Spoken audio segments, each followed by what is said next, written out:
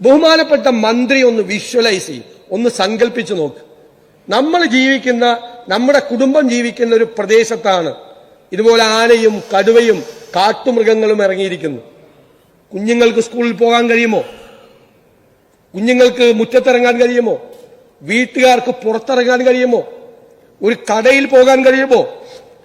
അവര് കൃഷി ചെയ്ത് ഉപജീവനം നടത്തുന്നവരാണ്. റബ്ബർ ടാപ്പ് ചെയ്യാൻ പോകാൻ പറ്റുമോ? ഒരു പുല്ല് വെട്ടാൻ പോകാൻ പറ്റുമോ?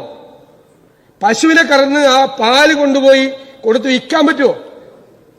നിങ്ങളൊന്ന് സങ്കല്പിച്ചു നോക്ക്. ആ ഭീതിയിലാണ് വയനാട്ടിലെ മാത്രമല്ല ഈ വനാതിർത്തിയിലെ മുഴുവൻ ജനസമൂഹവും ഉള്ളത്.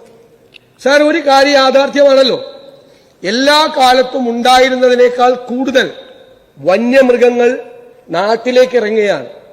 ആനയും കാട്ടുപോത്തും കുരങ്ങും പന്നിയും കടുവയും എല്ലാം ഇറങ്ങിയാണ് ഇവിടെ. അത് പശുക്കളെയും ആടുകളെയും ആക്രമിക്കുന്നത് പോലെ മനുഷ്യനെ പച്ചയോടെ ഭക്ഷിക്കുന്ന കടുവകൾ. നിങ്ങളൊന്ന് ആലോചിച്ച് നോക്കി, മനുഷ്യനെങ്ങനെ ജീവിക്കും?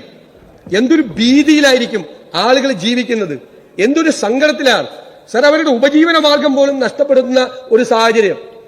It is the responsibility of the state to protect the life and property of the citizens. ഇന്നലെ ദീപിക ഒരു മുഖപ്രസംഗം എഴുതി. അതിന് ഹെഡിങ് എന്തായിരുന്നു അറിയാമോ? ബോധമില്ലാത്ത ആനയല്ല, കഴിവ് കെട്ട സർക്കാരാണ് പ്രതിയെന്ന്. സാർ, അത് തന്നെയാണ്. നിങ്ങൾ ഒന്നും ചെയ്യുന്നില്ല, നിഷ്ക്രിയമായിരിക്കുന്നു.